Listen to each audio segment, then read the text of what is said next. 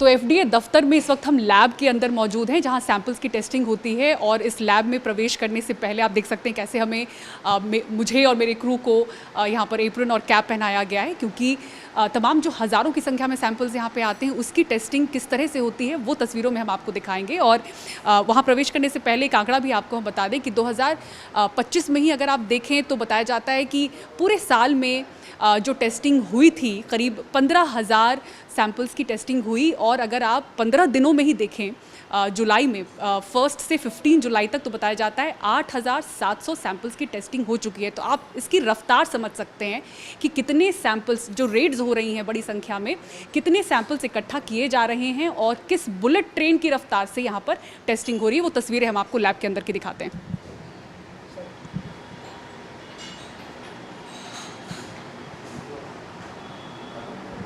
ठीक है, तो आप ये लैब के अंदर की तस्वीरें देख रहे हैं। और myself Ganesh Rokade, joint commissioner FDA headquarter. यहाँ पर हमारा ये जो लेबोरेटरी है, यहाँ पर फूड का सैंपल टेस्ट होता है। अभी जो ड्राइव्स चल रहा है, ड्राइव्स में मोस्टली मिल्क और मिल्क प्रोडक्ट के जो सैंपल्स है उसका एनालिसिस हम यहाँ पर लैब में करते हैं।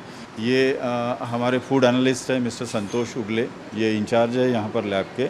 तो ये एनालिस्ट है, ये आपको दिखाएंगे कि किस तरह से टेस्ट होता है। अभी हम मिल्क अडल्ट्रेशन कर रहे हैं, तो यहाँ पे हमने 2 चार्ट लगाया है। तो वो चार्ट जो भी काम कर रहा है तो उसको इजी हो जाए, तो वो देख के अडल्ट्रेशन जो है मिल्क का वो कर सकता है। तो अभी दिन में कितना सैंपल टेस्ट कर रहे हैं आप? मिल्क का ही सिर्फ हम पूछें तो अभी एक दिन में तो 20 तक हो जाते हैं, क्योंकि अभी बैच प्रोसेसिंग चालू किया हम लोगों ने। अगर 3 लोग बैठ काम चालू कर लेते हैं तो उसका दूध का 20 के करीब का सैंपल आप हर दिन टेस्ट कर रहे हैं।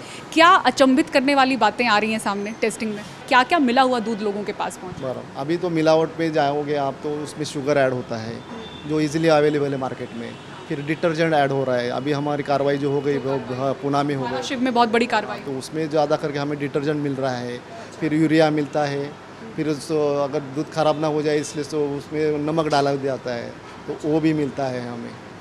डिटर्जेंट की ज़्यादा अभी जो रेट्स हो रहे तो उसमें ज़्यादा मिल रहे हैं हमें। ठीक है, तो ये ट्रेंड कब से शुरू हुआ, डिटर्जेंट मिलाने वाला ट्रेंड? डिटर्जेंट मिलाने वाला तो पहले से ही, लेकिन अभी जो स्कैम सामने आ रहा है तभी तो ज़्यादा मिल रहे हैं।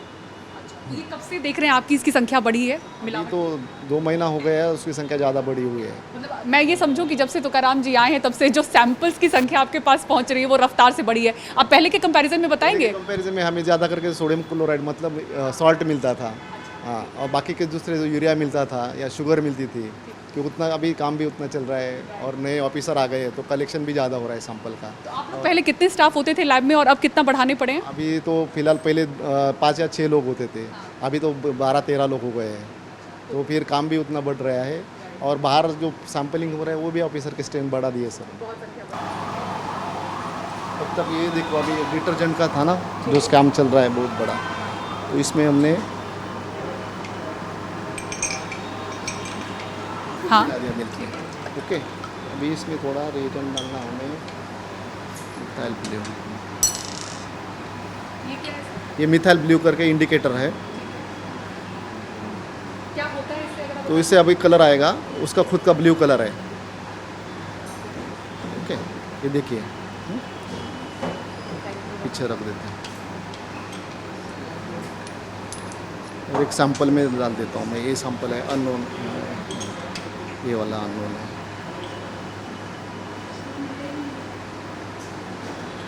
ओके, ये इसका खुद का कलर है। अभी इसमें ऑर्गेनिक सॉल्वेंट दे दो।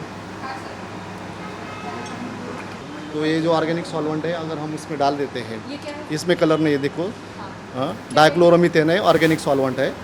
तो ये थोड़ा हम मिक्स कर देते हैं। जितना हमने सोल्यूशन सैंपल लिया उतना ही दे दिया, फिर दोनों में मिला दिया।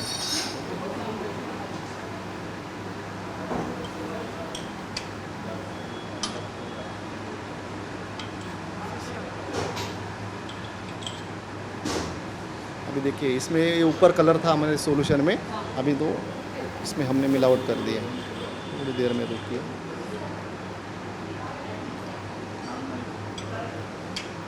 ये देखिए अभी ये नीचे कलर आना चालू हो गया। तो इसका मतलब ये डिटर्जेंट है तो इसमें कलर नीचे आ गया। अगर क्लीन रहेगा तो उसमें कलर नहीं है। तो ये देखिए हमने सारे पहले टेस्ट किए हुए हैं, तो इसमें देखिए इसमें डिटर्जेंट है ये केमिकल में। इस जो सैंपल है, सैंपल नंबर है हमारा, इसमें जो है कलर है वो नीचे आ गया, जो ऑर्गेनिक सॉल्वेंट में आ जाए कलर, तो इसका मतलब इसमें डिटर्जेंट है। अगर मिल्क में रहता तो डिटर्जेंट नहीं है। आपके पास कितने सर दूध के ऐसे सैंपल्स हैं? अगर आप कह रहे हैं 20 आ रहे हैं तो 20 में से कितने में डिटर्जेंट निकल रहा है? अभी तो फिलहाल जो रेट चल रहे हैं उसमें तो ज़्यादा ही मिल रहे हैं हमें डिटर्जेंट के, लगभग तो अभी 20 में से 2-3 तो ऐसे ही मिल जाते हैं, डिटर्जेंट वाले मिल रहे हैं। तो ये कितना हानिकारक है सर, वो भी समझा दें आप हेल्थ के लिए। मैडम तो डिटर्जेंट तो खाना ही नहीं है, लेकिन वो डिटर्जेंट इसलिए मिला रहे हैं कि जो मिल्क वाला मिल्क दे रहा है तो उसमें झांस आ जाती है, एक है तो दिखने में तो जिसको लगता है कि ओरिजिनल दूध है, रियल दूध है, इसलिए उसमें डाल रहे हो। और तो डिटर्जेंट तो कोई खाता ही नहीं है, इसमें केमिकल रहता है सोडियम लॉरिल सल्फेट, जिसका जो झांस आती है वो तो हानिकारक है बॉडी के लिए, तो वो नहीं डालना चाहिए। डेयरी प्रोडक्ट में सर क्योंकि मैं सुन रही हूँ कि डेयरी प्रोडक्ट पे ज़्यादा कोशिश हो रही है कि ये मिलावट रोकी जाए, तो ये दूध का आपने दिखाया, दूध के अलावा और कोई डेयरी प्रोडक्ट है जहाँ पे आप उसका सैंपल जिसको टेस्ट करें? चल रहा है हमारा वहाँ पे जो हम फैट एनालिसिस कर रहे हैं उसका, तो और एक इम्पॉर्टेंट अगर आप बता दें सर, दूध का सबसे इम्पॉर्टेंट है कि वो हमने दिखाया, और एक बड़ी कार्रवाई दूध पे चल भी रही है FDA की तरफ से। तो पनीर निकल रहे हैं, और क्या है दूसरा, खोया है, मावा है, आइसक्रीम है, ये देखिएगा, ये कुल्फी है, ये लिया है, ये फैट स्प्रेड है, ये रबड़ी है।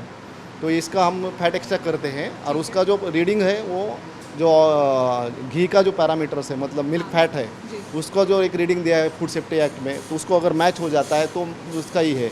अगर कोई बाहर से दूसरा मिलावट करके अगर ये बनाने के लिए डालेंगे कि बाहर से फैट डालेंगे, मतलब ऑयल डालेंगे, आपको तो तुरंत समझ में आता है कि ये वो फैट नहीं है, तो इसमें फॉरेन फैट मिल होता है। घी में क्या क्या मिला हुआ दिख रहे हैं आप? ये तो एक प्रॉपर इसका ब्लेंड बनाते हैं ऑयल का, और ऑयल में एसेंस डाल देते हैं, ऑयल में एसेंस डालते हैं जो घी का होता है। तो आप कभी भी अगर उसको जिसको ज़्यादा घी को एसेंस डाला, अगर एसेंस डाला हुआ घी रहेगा तो उसमें तुरंत बहुत स्मेल आएगी, लेकिन अगर नेचुरल रहेगा तो उसको स्मेल बहुत कम आती है।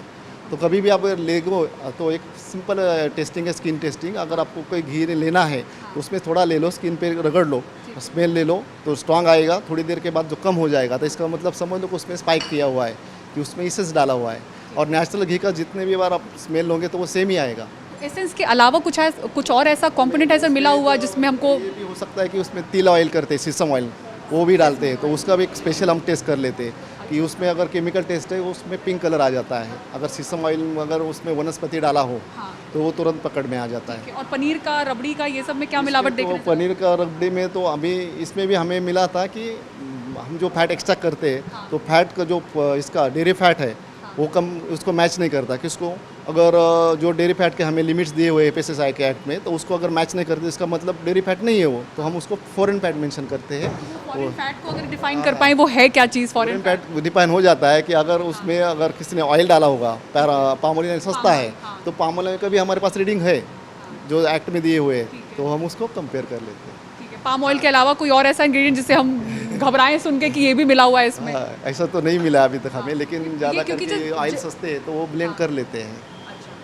ठीक है। और कुछ ऐसा जो दर्शकों को जानना ज़रूरी है कि उनके खाने में क्या क्या मिला रहा है, क्योंकि बाहर जो वेजिटेरियन है खास तौर से जाते हैं पनीर खाते हैं ये सोच के कि हेल्दी है, बट वो भी हम समझ में आता है कि एनालॉग पनीर लोग खा रहे हैं। तो पनीर जो हार्ड पनीर होते हैं वो तो एनालॉग जैसे बन जाते हैं, और अपने नेचुरल पनीर जो होता है उसको अगर तुरंत आप स्मैश करोगे तो तुरंत स्मैश होता, चिपकता नहीं हाथ को। ठीक है। और एनालॉग रहेगा तो चिपकेगा, असली वाला Analog चिपकेगा। और चीज़ कैसे पहचाने कोई? चीज़ कैसे पहचानेंगे तो वो तो अगर पानी में डाल देते तो वो छोड़ देता है कलर, मतलब वो मेल्ट हो जाता है, और असली वाला और नकली वाला बिल्कुल सॉलिड फॉर्म में में रहेगा। रहता है। ठीक है। तो अभी सबसे ज़्यादा जो सैंपल हैं किस चीज़ के आपके पास आ रहे हैं सर? अभी सबसे ज़्यादा तो अभी डेयरी प्रोडक्ट्स पे चल रहा है अभी काम, क्योंकि वो जो अपनी पॉलिसी रहती है वैसे वैसे प्रोडक्ट बदलते रहते हैं। अभी तो डेयरी प्रोडक्ट पे आ रही है, तो उसके बाद फिर जैसे अभी दीपावली आएगी तो स्वीट पे जाएंगे, तो जो स्वीट मावा मिलावट होती है तो मावा निकालते कैसे हैं। मिला दें? नकली मावा बनता कैसे है सर? नकली मावा भी सेम ही है मैम, उसमें अगर स्कीमिल पाउडर के साथ दूसरे का और ब्लेंड कर देते हैं ऑयल के साथ तो वो मावा बन जाता है। तो उसमें भी डिटर्जेंट वगैरह का इस्तेमाल होता है? उसमें डिटर्जेंट का नहीं इस्तेमाल होता, उसमें ज़्यादा करके स्टार्च का इस्तेमाल होता है। उसमें भी ज़्यादा करके अभी मॉडिफाई स्टार्च आया है तो उसका भी डिटर्जेंट, मॉडिफाई स्टार्च जो है वो तुरंत मिलता नहीं है, तो उसको बहुत दिक्कत से और सब्जी वब्जी के भी सर आते हैं आप लोग? सब्जी भी आते हैं, कलर वाले निकालते हैं। उसमें क्या क्या कलर या क्या आर्टिफिशियल देख रहे हैं आप लोग? उसमें आर्टिफिशियल कलर तो नहीं मिल रहा है सब्ज़ी में, लेकिन उसमें जो पेस्टिसाइड्स हो गए तो वो दिखने पड़ते हैं। फ्रूट के अंदर कुछ? फ्रूट के अंदर तो अभी फूड्स के अंदर तो इतना तो ही नहीं है। अभी वो सैंपल आपके पास नहीं है, लेकिन जो 2 महीने में आप सैंपल्स देख रहे हैं ज़्यादातर आप डेयरी प्रोडक्ट्स के ही अभी डेयरी प्रोडक्ट पे ऊपर ही काम चल रहा है।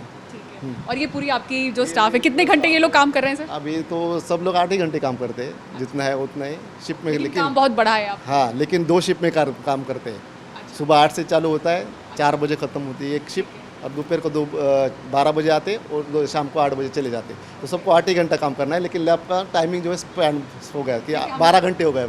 हम लोग जो जर्नलिस्ट हैं पहले भी एफडीए दफ्तर में आते थे, सन्नाटा सा दिखता था, अब बड़ी चहल पहल सी दिखती है, बहुत लोग आते हैं, शिकायत करने भी आते हैं। यहाँ पे जैसे हम लोग देख रहे हैं लैब में भी इतनी हलचल है। तो ये 2 महीने में आप लोगों के साथ क्या क्या हुआ? नहीं, 2 महीने में हमें इम्प्रूवमेंट तो करना है, अभी हो गया। और काम बढ़ गया, तो हमारा भी काम बढ़ गया, तो हमारा मतलब पोटेंशियल भी बढ़ गया है। आप लोगों को इतना ज़्यादा manpower, utilization of manpower वो प्रॉपर हो रहा है अभी, कि हम 12 घंटे लैब चालू रहते हैं हमारा, कि 8 बजे से 8 बजे तक, और सब लोग 8 ही घंटा काम करते हैं। लैब 12 घंटा चालू रहता है, लेकिन 8 ही घंटा काम चलता है। तो ये बताइए सर, ये सब देखने के बाद आप लोगों में भी डर आ गया है कि बाहर हम क्या क्या खा रहे हैं इतनी मिलावट देखने के बाद? ये वो सबको डर लगता ही है। अभी खाने से पहले बाहर जाके क्या करेंगे, क्या खाने की, तो अभी लैब वाले हैं, हमें मालूम रहता है, लेकिन पब्लिक को भी मालूम होना चाहिए कि वो प्रोडक्ट ओरिजिनल है या नकली है, या क्या खाना चाहिए। आप लोग क्या बोलोगे, कितना फेयर है सब देख के कि मतलब दूध में डिटर्जेंट मिला हुआ है, कितना कितना डराने वाली एक्चुअली चीज़ है ये? जब से हम एफडी में आए और कलर ऐड करते ही हमको पता चला ना, तब से हम केक में पहले कलर देखते हैं, जो कलरफुल है वो बिल्कुल नहीं खाते। एक तो वाइट कलर या फिर चॉकलेट कलर का ही मतलब प्रेफर करते हैं। बहुत डराने वाला होता है, और जब से हम ज्वाइन किए हैं तो एक्सपायर डेट, मैन्युफैक्चरिंग डेट और उसके अंदर क्या क्या इंग्रेडिएंट मिले हुए वो सब देख के ही खरीदी करते हैं।